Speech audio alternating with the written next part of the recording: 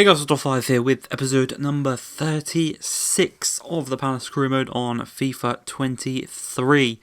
Kicking it off, we're taking a look at the new sliders for this career mode. I'll put the link in the description to the video that I got these from, and I'll also copy and paste the exact sliders into the comments and pin it so you can put them, try them out yourself. In the video it says world class. We're going to try that, but we're also going to try legendary. Now here's a transfer you maybe don't see in every career mode. Lionel Messi playing for Shrewsbury in League 1. So absolutely mental. He's recently joined them as well. He's 84 overall, 37 years of age, and playing for Shrewsbury in League 1 in England. So maybe he can do it on a cold, rainy night in Stoke. But the first game, we're trying out these sliders.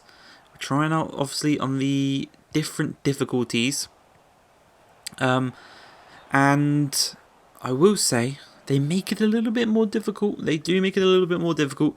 I might have to toggle with them a little bit more, because of some certain things here and there. Maybe not to my liking or to the way that I want to show this video, these different things.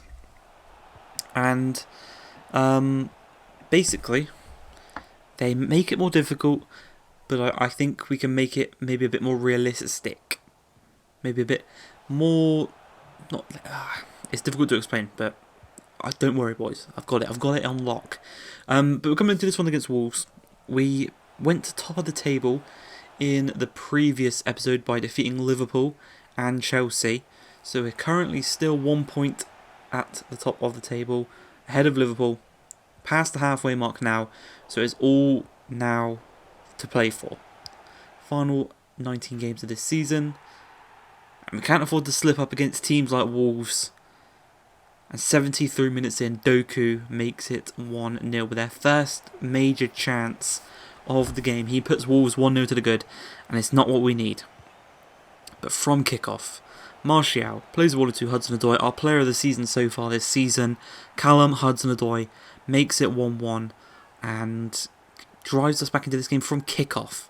The boys and it's one of those things. If we could do that from kickoff, why couldn't we do it earlier in the game before we conceded? You know, why did that have to happen? And then, just a few minutes later, 7 minutes remaining in the game, Fletcher receives the ball, plays a lovely ball through to Olise, and he just lofts it over the top of the keeper. And again, you've got to ask the question, why could we not do that earlier in the game? Why is it coming this late into the game, putting the pressure on ourselves when we're top of the table?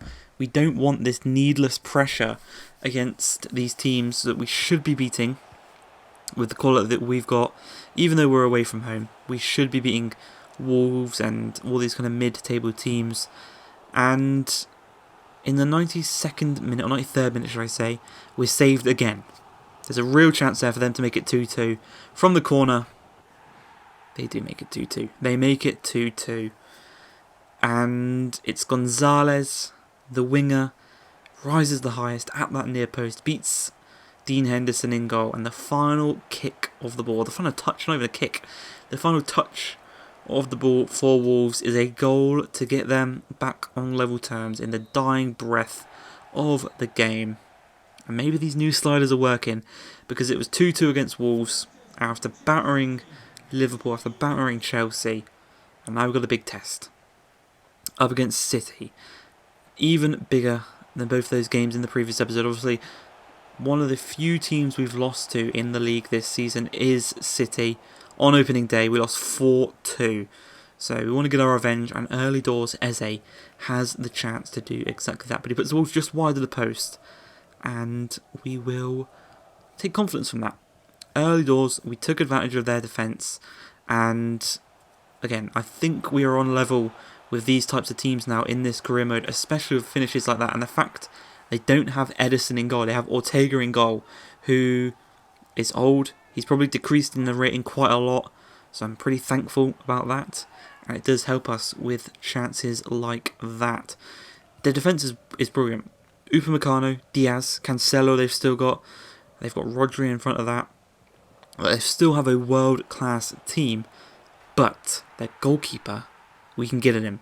Very similar to the Juve career mode. We played that Cremonese. They had 64 rated goalkeeper in goal. We beat them 10-1 or 10-0 just because of their goalkeeper. The rest of their team was an average Serie A team. But they had a 63 rated goalkeeper. We took advantage of that and we absolutely smashed them. Now, as I was talking, Haaland did just nutmeg Dean Henderson to make it 1-1, but we bounced right back into it. Once again, Ortega is beaten 2-1, doubling our goal tally in the game, putting us back in front for the second time this game. And this is what we needed against Wolves, this type of attitude. It didn't quite come, and as a result, we drop points and we fall to second place. So we're currently second place now, 2 points behind Liverpool because they did win their game. So we have to hope that they either slip up or we beat them the next time we go to visit them, which will actually be at Anfield, I think. So, big problem for us there. We can't be relying on other teams to do us a favour. We have to do the job ourselves.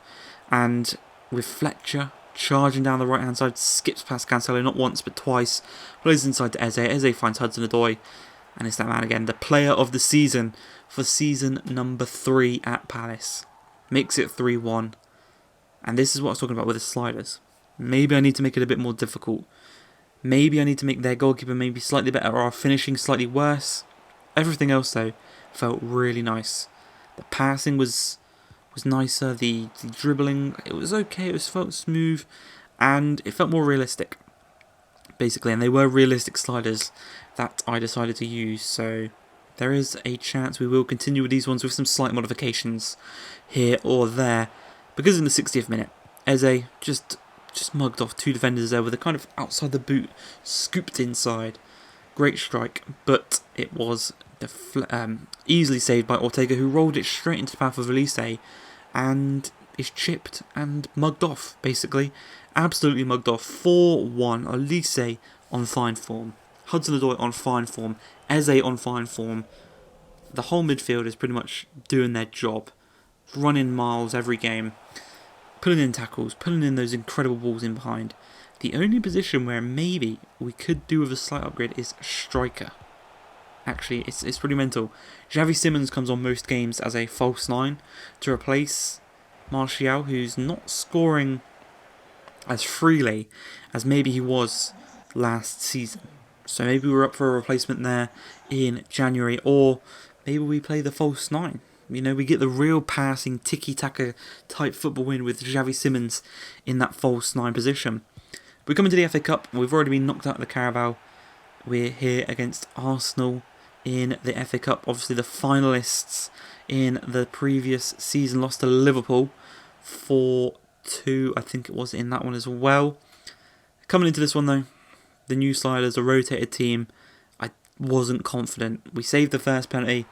Unfortunately, the second one was converted, and that is how the cookie crumbles. That is how we get knocked out of the FA Cup. Really unfortunate, but full focus is on the league now and the Champions League. We're through to the knockout stages of the Champions League. We're fighting with Liverpool in the Premier League. That is the 2 most important things this season, and it's what we need to keep our focus on. And here, early doors against Newcastle. What more can you ask for? Eze putting the ball in the back of the net. Newcastle are a bogey team of ours. We do not want a similar result to the Wolves game. We don't want to drop 4 points behind Liverpool, because that would mean that a win, we still wouldn't catch up with them. We win, they lose now, we hop back into first place because it's only a 2-point gap. So we need to maintain that 2 to 1 point gap between ourselves and Liverpool throughout as long as possible till we can pounce and go back on top of the table and regain that first position in the league this season. Now, as I said, Newcastle are a bogey team of ours. We don't want a result similar to the Wolves one. And throughout this game, I felt very, very, very comfortable with the way we were playing. Dean Henderson was making some great saves. It was just the attack. We missed some easy chances to make it 2-3, 4-0. So it's really strange how we beat Liverpool 4-1, we beat Chelsea 4-2, we beat Man City 4-1. But these lower down the league sides, we are absolutely struggling to break them down. Struggling when we get one-on-one to finish. It's a really, really difficult one, but a great save there from Dean Henderson. Forces the corner. It's going to be played short this time to Conor Gallagher. Skips past Fletcher. Dinks it inside. Kim Min-jae, Hayden. They're just trying to play it around. They've signed a couple of players, they've used that money quite nicely to sign the likes of Edouard Camavinga, who makes it 1-1. And we've got a Wolves situation on our hands right now because we're dropping points to a mid-table team. We're in the winning position and we've screwed ourselves over, or so we thought, till Hudson-Odoi has played through from kickoff. Similar to the Wolves game, Hudson-Odoi makes it 2-1. We are back in front, and thank God it stays that way till the final whistle. All 3 points on our trip to St James's Park will be coming home with us as we continue our pursuit to win this league title. Now, to end the episode, we're going to sign a free agent. I think it's Mkhitaryan's regen. He's an Armenian attacking midfielder. That's not really too important, but I think that the sliders, as I said, we'll tinker them throughout this season. Hopefully we win the league this season. Hopefully we can move on at the end of this year. But I hope you guys have enjoyed this one. If you have, please like, subscribe, and peace.